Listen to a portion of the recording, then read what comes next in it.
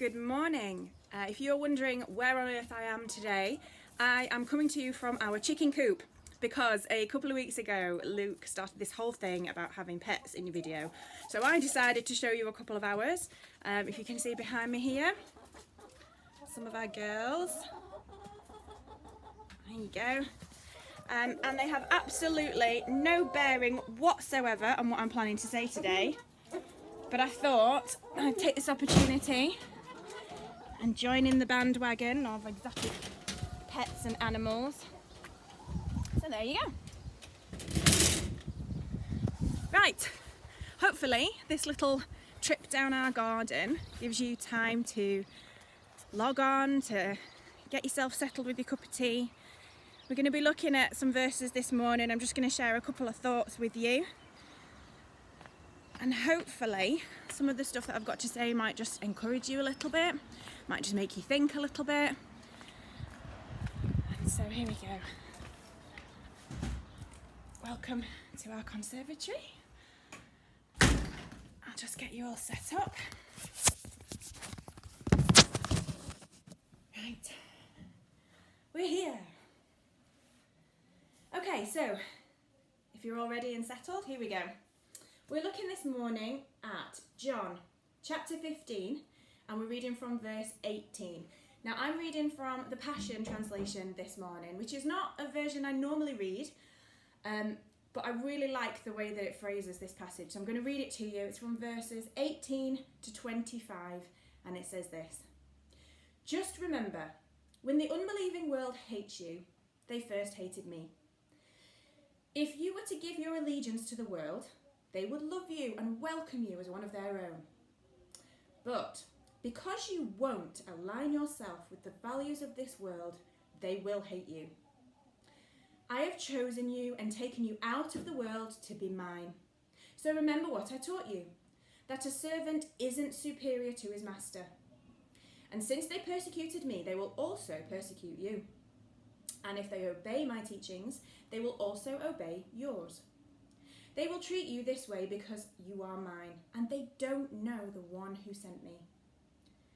If I had not come and revealed myself to the unbelieving world, they would not feel the guilt of their sin. But now their sin is left uncovered. If anyone hates me, they hate my Father also. If I had not performed miracles in their presence like no one else has done, they would not feel the guilt of their sins. But now they have seen and hated both me and my Father. And all of this has happened to fulfill what is written in their scriptures. They hated me for no reason.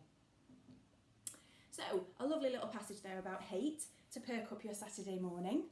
But what we're going to pull out of that is just a couple of things that are quite important. I think a lot of the time as a Christian, you go through life and you do get a lot of people coming against you, persecuting you is the official word.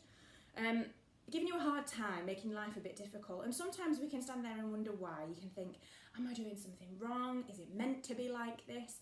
But this passage tells us that actually, you know what? God knew that that's what was going to happen because that's what happened to him. That's what happened to Jesus. People hated him, and because you're following in his footsteps and you're following in his lifestyle, they're going to hate you as well. I've got a perfect illustration for this from recent times in lockdown. In supermarkets at the moment, if you're going out and doing your essential shopping only, when you're in a supermarket, quite a lot of them at the moment have got one-way systems in place. I don't know if you've been in any that have. It's quite stressful actually. I'm not a stressed out person. I don't get anxious about things. But at the moment, when I'm in a supermarket, I'm feeling the pressure. You know, you go in there. And obviously you've got to wait to get in, there's the barriers and the lines on the floor telling you how far apart to stand. And you go around and there's like a one-way system up and down the aisles. You've got to go up this one, and down this one, and then up the next one. There's arrows printed on the floor, there's stickers everywhere. And I don't like it at all. Because when I write my shopping list, and I don't know if anybody else does this, but when I write my shopping list, I write it in the order in which I'm going to go around the shop. Because I always go to this shop, I know where everything is, I know where the stuff is that I want, so I write it down. I've got my fruit and vegetables first, and then I've got my tins and dried stuff, and then I've got my fridge stuff. because that's the route in which I go around the shop, and it makes sense. So this is really throwing me off, because it is meaning I can't go on the route that I normally go on around the supermarket. Not the biggest deal in the world. I've learnt to cope. However, when you're in an aisle and you're going the right way, you're following the signs on the floor and you're quite proud of yourself, you found where you want to be, and then you realise you've just walked past the thing that you want on the left, a few shelves behind you, and you stand in the aisle and there's this moment of like blind panic. There is for me anyway, and I'm sort of sat there and you have this moment of going, okay, so what I want is behind me, but I'm in an aisle where you have to go this way. So do I go back 3 or 4 steps to get the jam that I just missed on that side? Or do I have to keep going this way? And then what are people going to think if I walk backwards? They'll look at me because I'm going the wrong way, and they'll know I'm going the wrong way because there's a big arrow on the floor telling them I'm going the wrong way. And then if I go to the end of the aisle and go round again and go back down the other aisle, come back up so I'm facing the right way, well, the lady behind me, she's going to see me because she'll still be at the end of the aisle. And what will she think? She'll think I'm a nutter because I'm going round twice. Are you even allowed to go round twice? Or is it like a one-way system, down each aisle once and then you have to get out the shop? Nobody really knows, and it stresses me out. So I'm sat there in the aisle realising that I've been there a couple of minutes and there's a queue of people behind me because nobody also knows if they're allowed to overtake you or not, because they're not sure if the aisle's wide enough to keep the 2 metre distance. So I've got 3 or 4 people in the aisle waiting behind me to move. Adding the pressure on, I've missed the jam, I'm stood still, there's people behind me, I don't know which direction to go, and then some person just blatantly walks towards you the opposite direction. Straight down the middle of the aisle towards you.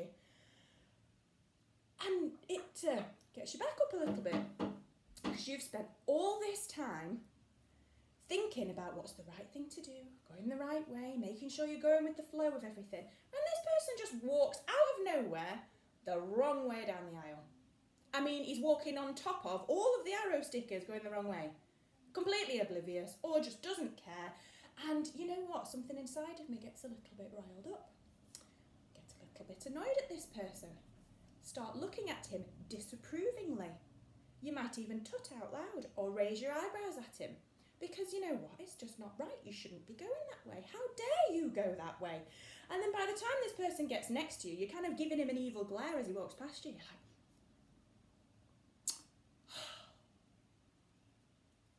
you want to make it abundantly clear that you are not impressed with this person who is blatantly breaking the rules and going against what should be happening. And that, for me, is exactly what this passage of the Bible says. People in the world will give you evil eyes. They will tut at you. They will give you disapproving stares. They'll mutter under their breath. They may even shout outright in your face, because to them, you're going the wrong way.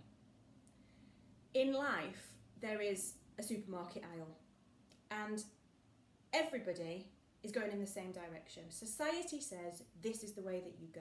Culture tells you this is the way you go. Political correctness says this is the way you go. This is how you live. This is what you do. And as a Christian, you are called to stand apart from that, to go in a different direction, to be distinctive, to stand out from the crowd. When I was little, I used to think that meant that Jesus kind of picked you up out of the crowd and put you on a little pedestal, polished you off, put you in a little glass cage so that you were special and different. But it's not about that at all. It's about being in the supermarket aisle with everybody else, but facing the other way and going in God's direction rather than going in the world's direction. And that is what makes you stand out. That's what makes you different. But that's also what makes you a target for other people. That's what makes you different, and people don't like what's different. People like you to conform, to be the same. Why? Well, this passage tells us that actually you going in a different life direction to someone else challenges them. It makes them think. It makes them think, well, why are they going in that direction? What am I doing with my life? Why am I going in this direction? Should I be going in this direction? They start to feel a bit guilty about the things that they're doing when they look at the sort of things that you're doing in your life. Your lifestyle and the way you live on the path that God has set you on, which is the opposite direction to everybody else.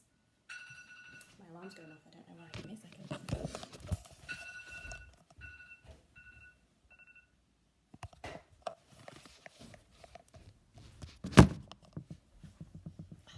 Sorry about that. Real life. So, people don't like you because what you're doing highlights what they're not doing. And deep down inside, they know. They have a conscience. They realise that your lifestyle actually is probably the one that they should be following. So when people give you dirty looks, make comments, verbally outright shout at you, hate you, it's okay. It's what's expected. You're not doing anything wrong. In fact, it's happening because you are living the way that God wants you to live. I hope that encourages you a little bit today. And remember, God is with you when you're walking in his path. And he has been there before you. He has been hated. He has been persecuted. He knows how you're feeling. Just be strong in the fact that you are walking in God's path. Bless you.